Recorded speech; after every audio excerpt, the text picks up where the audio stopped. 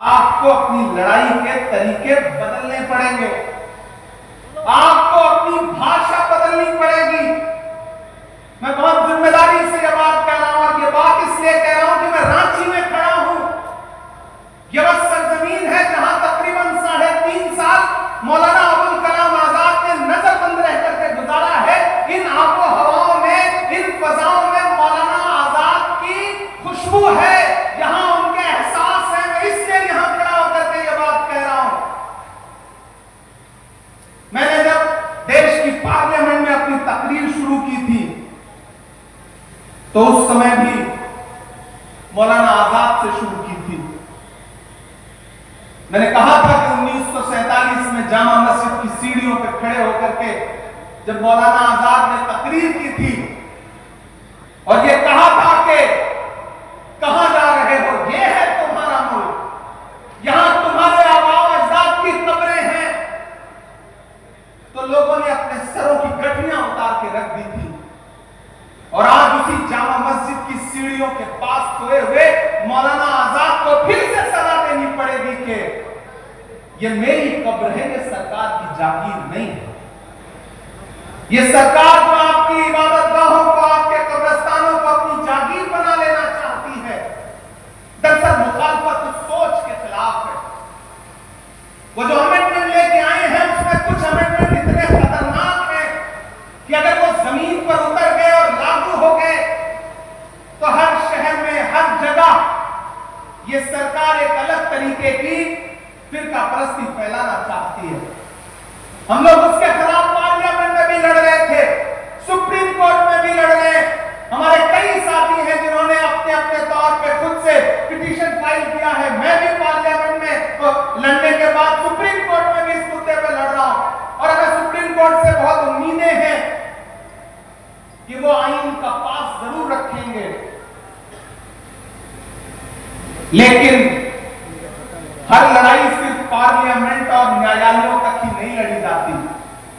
और मैंने तो पार्लियामेंट में भी छाती ठोक के यह बात कही थी कि आज जो आप कृषि कानून, आज जो आप ये वक्फ का कानून लेकर के आए हैं, इसी खसक और इसी जिद के साथ आप देश की पार्लियामेंट में सीए का कानून भी लाए थे और आपने ये कहा था कि हम दूसरे मुल्कों में बसने वाले हिंदू भाइयों को हिंदुस्तान में ला करके उनको नागरिकता देंगे, उनको सिटीजनशिप देंगे। लेकिन मैंने उनकी पोल खोलते हुए यह बात कही थी कि पिछले 10 साल में 2000 हिंदू भाई भी आपसे नागरिकता मांगने के लिए नहीं आए। इसके उलट 15 लाख हिंदुस्तानियों ने पिछले 10 साल में हिंदुस्तान की सिटीजनशिप छोड़ दी, दूसरे मुल्कों में जाकर के बस गए। यह अंजाम हुआ है इस कानून का। ऐसे ही कृषि कानून लेकर के आए थे, उसके फायदे गिनवाए थे पूरे मुल्क को उन्होंने। लेकिन आपको याद होगा, मैं सलाम करूंगा अपने देश के किसानों को, क्या उन्होंने दिल्ली की सरहद पर आकर के अपने तंबू गाड़ दिए। 700 किसान शहीद हो गए और एक दिन मजबूर होकर के देश के प्रधानमंत्री को अपने रूखे गले के साथ देश से कहना पड़ा कि हम कृषि कानून वापस ले रहे हैं। यह अंजाम हुआ उस कानून का। तो आप ये मत समझिए कि देश की पार्लियामेंट में कानून उन्होंने पास कर दिया तो अब आप खामोश होकर बैठ जाएंगे। नहीं, देश का आईन आपको ताकत देता है, आपको इजाजत देता है और आपसे कहता है कि अगर कोई कानून अवाम के खिलाफ है तो उस पर बात होनी चाहिए, एहतजाज होना चाहिए। और मुझे खुशी है कि पूरे मुल्क का मुसलमान एहतजाज कर रहा है और ये कह रहा है कि हम इस लड़ाई को छोड़ेंगे नहीं, इस लड़ाई को लड़ते रहेंगे।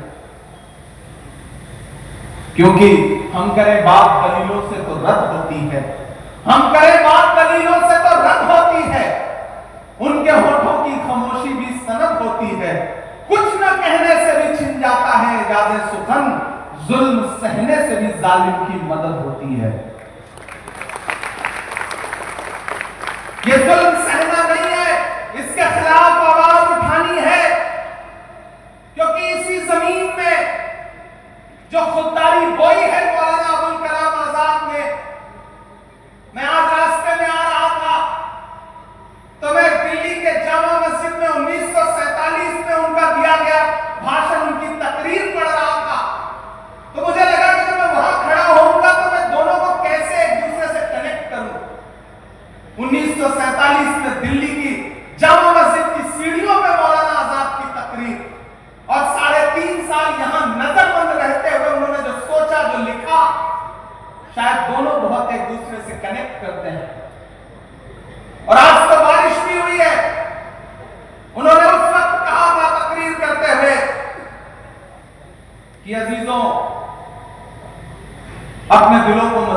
बनाओ, अपने दिलों को मजबूत बनाओ और अपने दिमागों में सोचने की आदत डालो।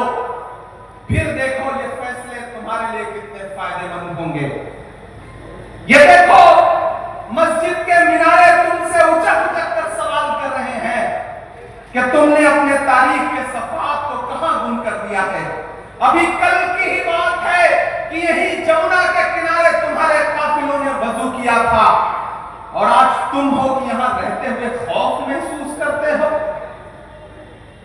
अजीजों, अपने अंदर एक बुनियादी तब्दीली पैदा करो। तुम्हारा खौफ बेजा है। मुसलमान और बुज़दिली एक जगह जमा नहीं हो सकता। सच्चे मुसलमान को कोई ताकत हिला नहीं सकती है, न कोई खौफ डरा सकता है। चंद इंसानी चेहरों के गायब हो जाने से डरो मत। अजीजों, तब्दीलियों के साथ चलो। यह ना कहो कि इसके लिए तैयार नहीं थे, बल्कि तैयार हो जाओ। सितारे टूट गए हैं लेकिन सूरज तो चमक रहा है, उससे किरण मांग लो और उन अंधेरी राहों में बिछा दो जहां उजालों की सख्त जरूरत है। मैं तुम्हें यह नहीं कहता कि तुम हाकिमाना इक़्तिदार के मदरसे से वफादारी का सर्टिफिकेट हासिल करो। मैं कहता हूं कि जो उजले नक्शो निगार तुम्हें इस हिंदुस्तान में माजी की यादगार के तौर पर नजर आ रहे हैं, उन्हें तुम्हारा ही काफिला लाया था। उन्हें भुलाओ नहीं, उन्हें छोड़ो नहीं, उनके वारिस बनकर रहो। समझ लो, तुम भागने के लिए तैयार नहीं तो फिर कोई ताकत तुम्हें नहीं भगा सकती है। आओ अहद करो कि यह मुल्क हमारा है। आओ अहद करो कि यह मुल्क हमारा है। हम इसके लिए हैं और इसकी तकदीर के बुनियादी फैसले हमारी आवाज के बगैर अधूरे रहेंगे। आज जल्जलों से डरते हो, कभी तुम खुद जल्जला थे। आज अंधेरे से कांपते हो, क्या याद नहीं रहा कि तुम्हारा वजूद खुद में एक उजाला था। ये बादलों ने मैला पानी क्या बरसाया कि तुमने भीग जाने के डर से पायजामे ऊपर चढ़ा दिए। वो तुम्हारे ही इस्लाफ थे जो समुद्रों में उतर गए, पहाड़ों की छातियों को रौंद डाला। आंधियां आई तो उनसे कह दिया कि तुम्हारा रास्ता ये नहीं है। ये ईमान से भटकने की बात है कि शहंशाहों के गिरेबान से खेलने वाले आज खुद अपने गिरेबान से खेलने लगे हैं। अजीजों, मेरे पास कोई नया नुस्खा नहीं है, वही 1400 बरस पुराना नुस्खा है।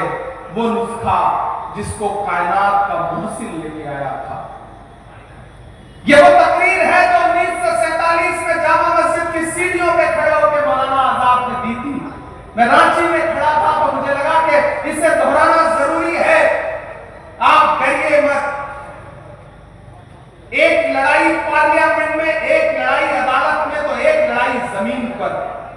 आपकी इबादतगाहों के खिलाफ, आपकी दर्सगाहों के खिलाफ, आपके कब्रिस्तानों के खिलाफ कोई हाथ बढ़ता है तो आगे बढ़कर के उस पंजे से पंजा लड़ाओ और कहो कि हम इसके मुहाफिज हैं। हम अपने पुरखों की, अपने अजदाद की दान की हुई जमीनें, वक्त की हुई जमीनें लूटने नहीं देते। हुकूमत कह रही है कि वो पसमानदा के हुकूक के लिए इस वक्त में अलग से प्राविधान करेगी। मैंने तो पार्लियामेंट में भी कहा था कि बुनकरों के उद्योग को बर्बाद करने वाली है सरकार, चाहे वो मालेगांव हो, चाहे भिवंडी हो, चाहे इचलकरंजी हो, चाहे बनारस हो, चाहे मऊ हो, चाहे मुबारकपुर हो, चाहे रांची हो।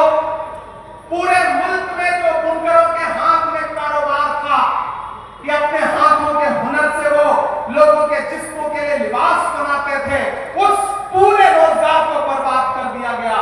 मैं तो नरेंद्र मोदी जी से कहना चाहता हूं कि ये बुनकर जो है, ये भी तो पसमानदा समाज से आते हैं। अगर आप पसमानदा समाज की भलाई चाहते हैं तो जो इनकी सब्सिडी थी उसको बहाल करिए। आप कहते हैं कि आप मुस्लिम बहनों के हुकूक के लिए कानून लेकर के आए हैं और वक्त में आप मुस्लिम बहनों को हिस्सा देंगे। नरेंद्र मोदी जी, हमें गुजरात की बेटी बिल्किस याद है।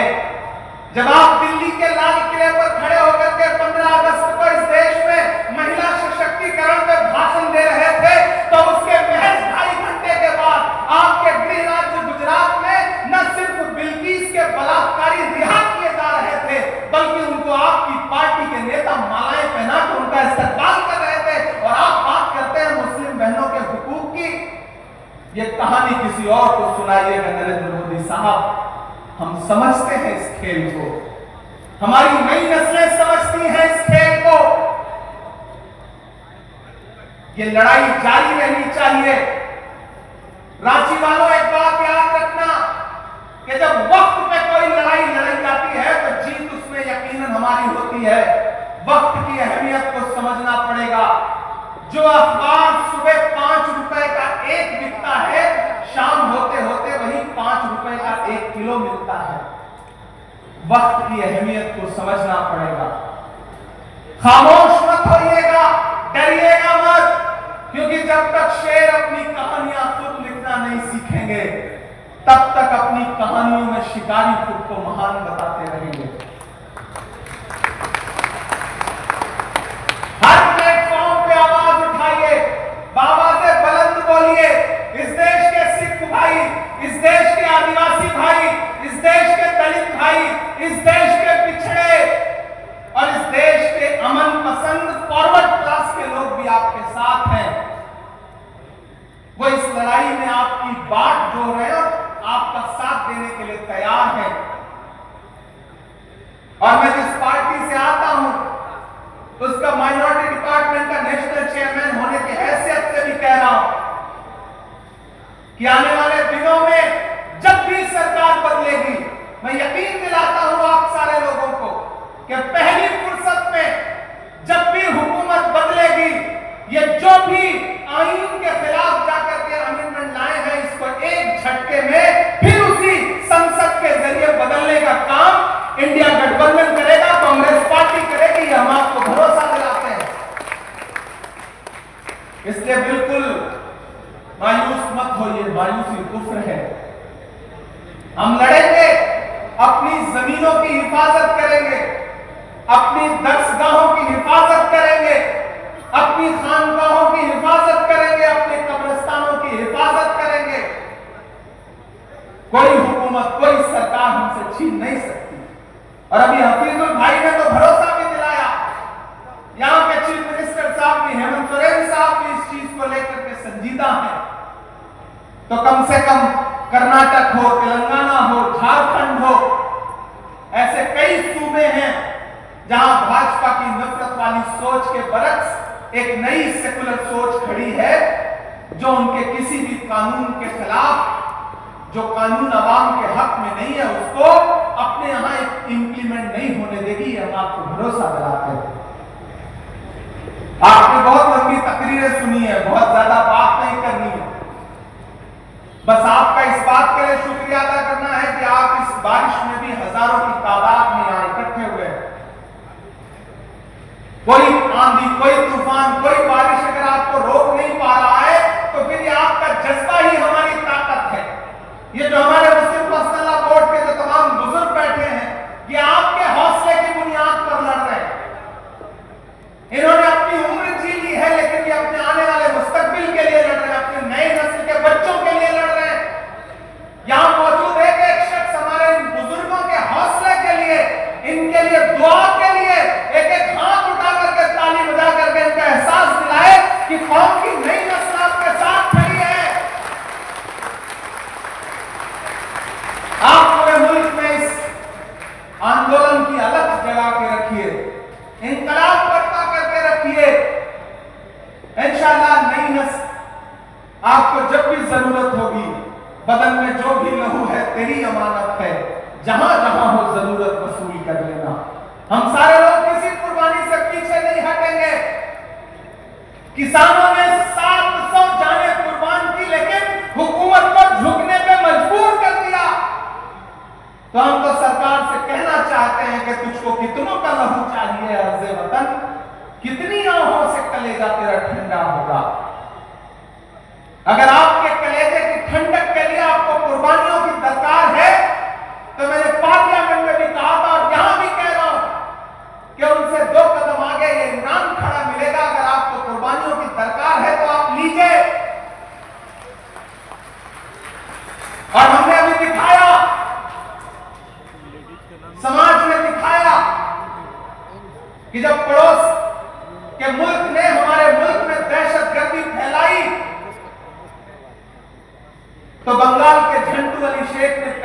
शहादत दी पहलगाम अटैक के बाद।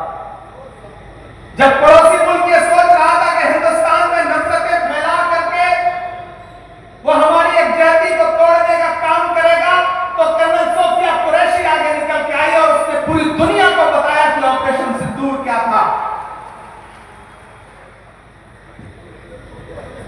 जब पड़ोसी ये सोच रहा था कि हम भारत को कमजोर करने के लिए कौमों में नफरतें फैला देंगे, तो बिहार के छपरा के बीएसएफ के इंस्पेक्टर मोहम्मद इम्तियाज ने कहा कि मैं इस मुल्क के लिए जान कुर्बान करने को तैयार हूं, और उन्होंने इस मुल्क की मिट्टी के लिए अपनी जान कुर्बान कर दी और जवाब दे दिया उनको जिन्होंने कहा था कि पंचर बनाते हैं लोग। याद है वो जुमला? कहा था ना कि पंचर बनाते हैं लोग। लेकिन इस कौम ने बता दिया, इस समाज ने बता दिया कि नहीं साहब, हम सिर्फ पंचर नहीं बनाते हैं। मैंने तो एक शेर कहा उस दौरान की, ये किसने कह दिया तुमसे कि बस पंचर बनाते हैं? ये किसने कह दिया तुमसे कि बस पंचर बनाते हैं? वतन पे हंस के जो कट जाएं ऐसे सर बनाते हैं। वो चाहे ब्रिगेडियर उस्मान हो या वीर अब्दुल हमीद हो,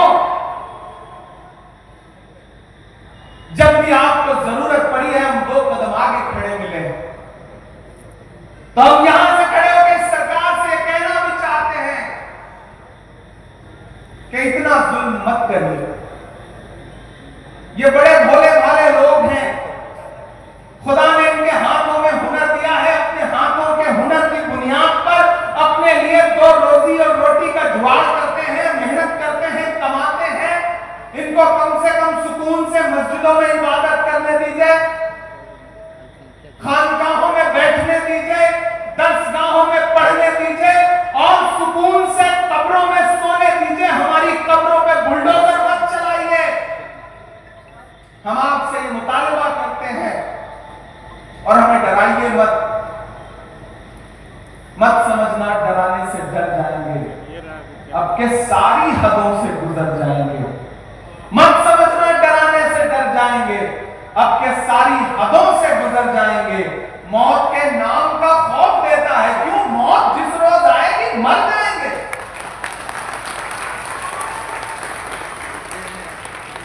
हमने जमजम दिया, आबे गंगा दिया, तुमने भारत को दंगा ही दंगा दिया।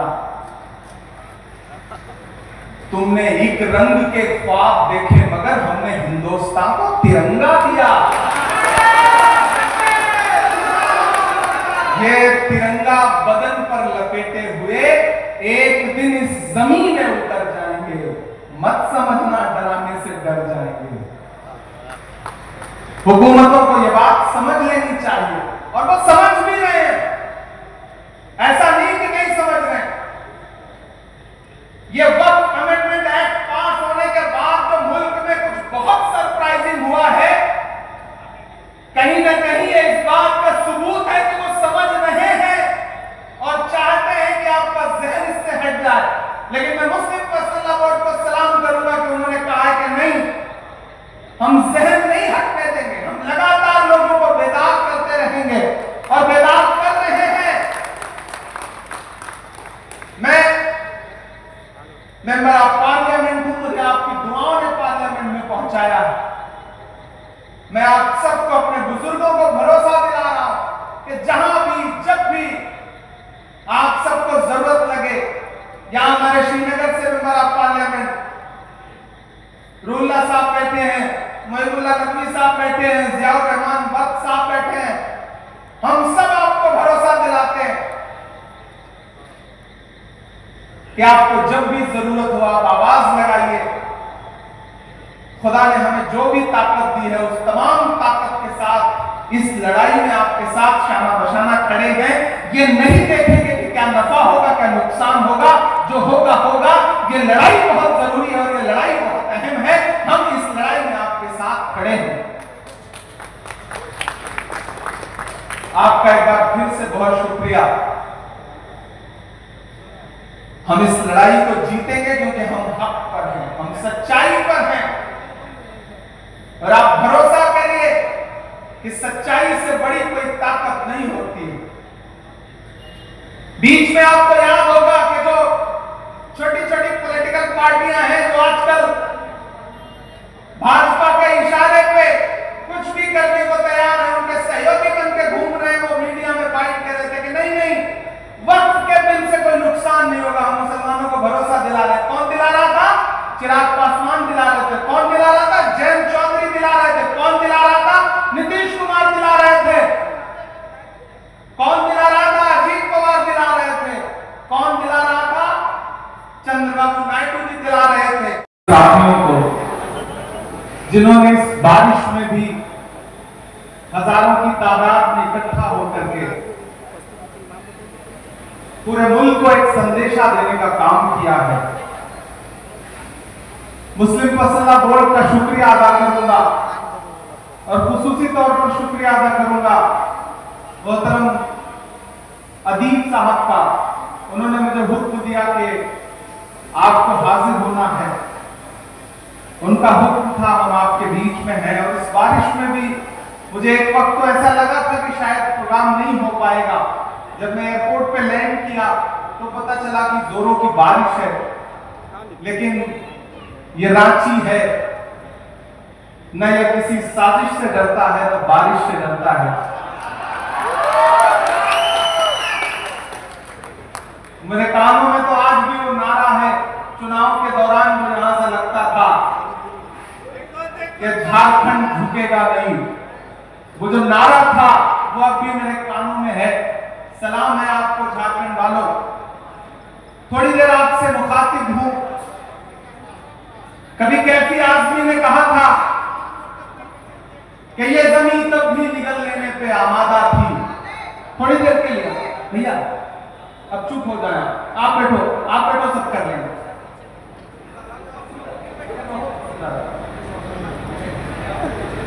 ये जमीन तब भी निगल लेने पे आमादा थी, पांव जब टूटती शाखों से उतारे हमने।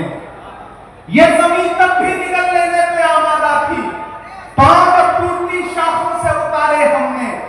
उन मकानों को खबर है जो मकीनों को खबर, उन दिनों की जो खलाओं में गुजारे हमने। हाथ ढलते गए सांचे में तो थकते कैसे, नक्श के बाद नए नक्श निखारे हमने। कि ये दीवार बुलंद और बुलंद और बुलंद, बामोदर और जरा और संवारे हमने। आंधियां तोड़ लिया करती थी शमों की लवें, जड़ दिए इसलिए बिजली के सितारे हमने। आज की रात बहुत गर्म हवा चलती है, आज की रात ना फुटपाथ पे नींद आएगी। सब उठे, तुम भी उठो, तुम भी उठो, तुम भी उठो, कोई खिड़की इसी दीवार में खुल जाएगी।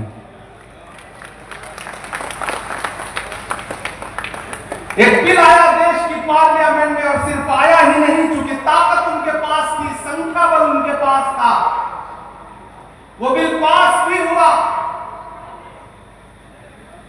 वो बिल और उस बिल का मकसद है कि हमारे पुरखों ने जो जमीनें दान की हैं, उन जमीनों को लूट करके नरेंद्र मोदी जी अपने धन्ना सेठ दोस्तों को बेचना चाहते हैं। उस बिल का मकसद यह है, उस बिल का मकसद यह है कि आपकी इबादतगाहें, आपकी खानकाहें, आपकी दरगाहें महफूज न रह जाए, आप उसी में उलझे रहें।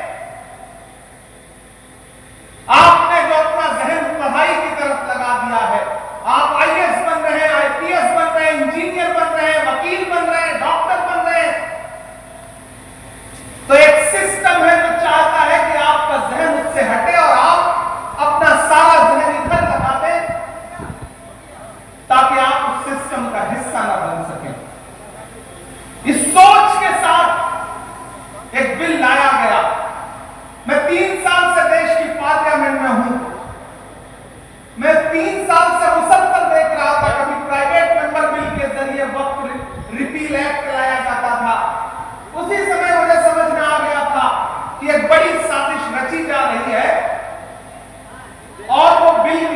में आएगी।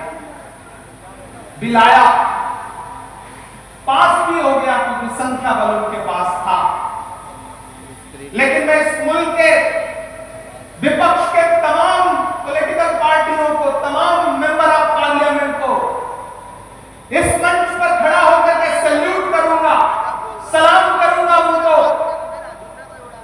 कि अगर लोकसभा में उस बिल के समर्थन में 288 वोट पड़ रहे थे तो उस बिल के खिलाफ में 232 वोट पड़े, जबकि देश की लोकसभा में मुस्लिम सांसद सिर्फ 24 हैं। 200 से ज्यादा इस देश का हिंदू भाई, दलित भाई, ईसाई भाई, सिख भाई अलग एलान उस बिल के खिलाफ खड़ा था और पूरे दिन और पूरी रात चलने वाली पार्लियामेंट में सुबह 3:30 बजे वोटिंग कर रहा था उस बिल के खिलाफ लोकसभा में। यह है इस मुल्क की खूबसूरती, यह है इस मुल्क की गंगा जमुनी तहजीब। मुझे याद है हमारे पंजाब का हमारा एक साथी है, मेंबर ऑफ पार्लियामेंट है, राजा बड़ी, उसका भाषण सुनना, सरदार है वो, उसने कितनी असरदार बात कही है। मुझे फख्र है इस मुल्क की गंगा जमुनी तहजीब पर, भले ही उसको पामाल करने की कितनी साजिशें की जाए, लेकिन जब राज्यसभा में अगले दिन यह बिल आया तो अगर इस बिल की हिमायत में 128 वोट पड़े तो अपोजिशन के 95 मेंबर ऑफ पार्लियामेंट राज्यसभा में ऐसे थे जो इस बिल के खिलाफ खड़े थे। और सुबह के 3 बजे बीमारी की हालत में सोनिया गांधी जी इस बिल के खिलाफ वोट करने के लिए राज्यसभा में मौजूद थी।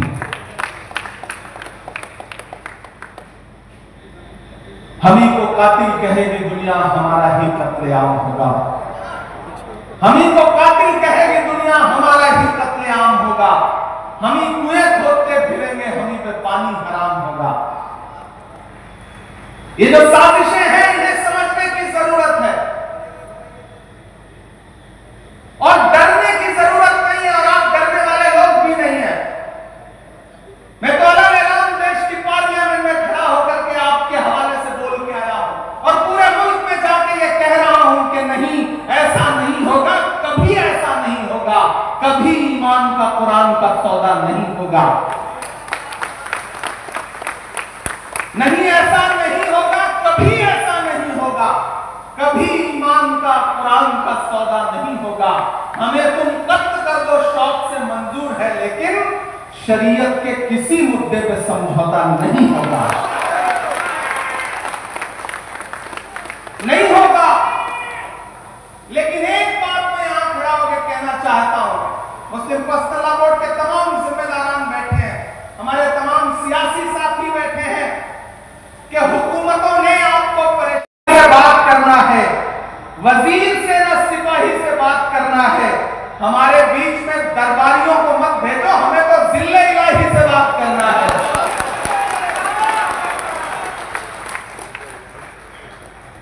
हम हुकूमत से सीधे कह रहे हैं कि आप आईन को कुचलिए मत। डॉक्टर बाबा साहब अंबेडकर का लिखा हुआ ये जो आईन है, ये जो संविधान है, उसका आर्टिकल 14 हो, आर्टिकल 26 हो, आर्टिकल 30 हो, वो इस मुल्क के हर शहरी को, हर नागरिक को ये इजाजत देता है कि वो जैसे चाहे वैसे पूजा कर सकते हैं, इबादत कर सकते हैं, अपने इबादत गाहें बना सकते हैं, अपने गुरुद्वारे बना सकते हैं, मंदिर बना सकते हैं, मस्जिद बना सकते हैं। आप उस आईन को पामाल कर रहे हैं। नरेंद्र मोदी जी की बड़ी एक ऐसी बात आपको बताता हूं कि आपको लगेगा कि हां ये भी एक पहलू है। वो जब भी जिस चीज को ज्यादा रखने की कोशिश करें, ज्यादा उसके फेवर में दिखने की कोशिश करें, समझ लीजिए खतरा ज्यादा है। 2014 में याद है कि वो देश के प्रधानमंत्री बनकर पहली बार देश की पार्लियामेंट में आए थे, तो उन्होंने देश की पार्लियामेंट की सीढ़ियों पे माथा टेका था।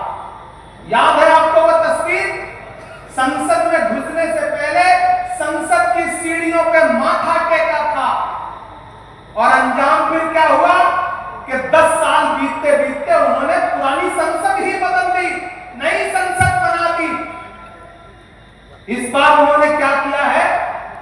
बार उन्होंने संविधान को माथा टेका है, इसलिए खतरा बहुत बढ़ गया है। ये जो एक्ट ला रहे हैं दरअसल ये संविधान को बदलने की साजिशें हैं और उनके तमाम नेता हो, चाहे लल्लू सिंह हो, चाहे अनंत हेगड़े हो, चाहे दिया मिर्धा हो, चाहे अरुण गोविल हो, उन्होंने चुनावी नारों में कहा है कि हम संविधान बदलेंगे, हमें 400 सीटें दीजिए। वो तो भला हो इस देश के अमन पसंद लोगों का कि उन्होंने 400 पार का नारा लगाने वालों को 240 पे लाके अटका दिया।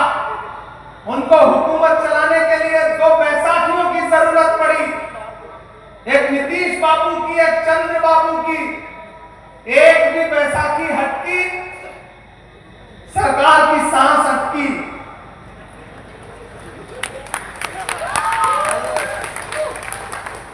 इसलिए जब हुकूमत ये दिखा रही है कि वो बहुत ताकतवर है, वो जो चाहे वो कर सकती है, तो आप ये समझ लीजिए कि हाकिम डरा हुआ है। डरा हुआ इंसान आवाम को ज्यादा डराने की कोशिश करता है, इसलिए डरना नहीं है, बिल्कुल डरना नहीं है। हुकूमत की आंख से आंख मिला के कहना है कि मैं ये नहीं कहता कि मेरा सर न मिलेगा, मैं ये नहीं कहता कि मेरा सर न मिलेगा, लेकिन मेरी आंखों में तुझे डर न मिलेगा। पूरी दुनिया में उथल पुथल मची है, पूरी दुनिया में उथल पुथल मची है, इसलिए अपना किरदार दुरुस्त करो, दुआओं की सदाएं बुलंद करो, हक पर रहो। जो हक पे होगा उस हक के रास्ते में बड़ी ताकत है। जाते जाते एक शेर सुना के जा रहा हूं, आप कनेक्ट कर लेना मैं कहां से कह रहा हूं, नाम नहीं लूंगा, कि कहीं दरिया, कहीं कौसार, कहीं झीलें हैं। रांची वालों, कान और दिमाग और दिल तीनों खोल के सुनिएगा और पहुंचाइएगा मैं जहां तक पहुंचाना चाहता हूं, कि कहीं दरिया, कहीं कौसार, कहीं झीलें हैं। मैं अभी यहीं बैठा था तो बड़ा जिक्र हुआ, हमारे चिश्ती साहब बोल रहे थे तो उन्होंने जिक्र किया। बैठे बैठे ये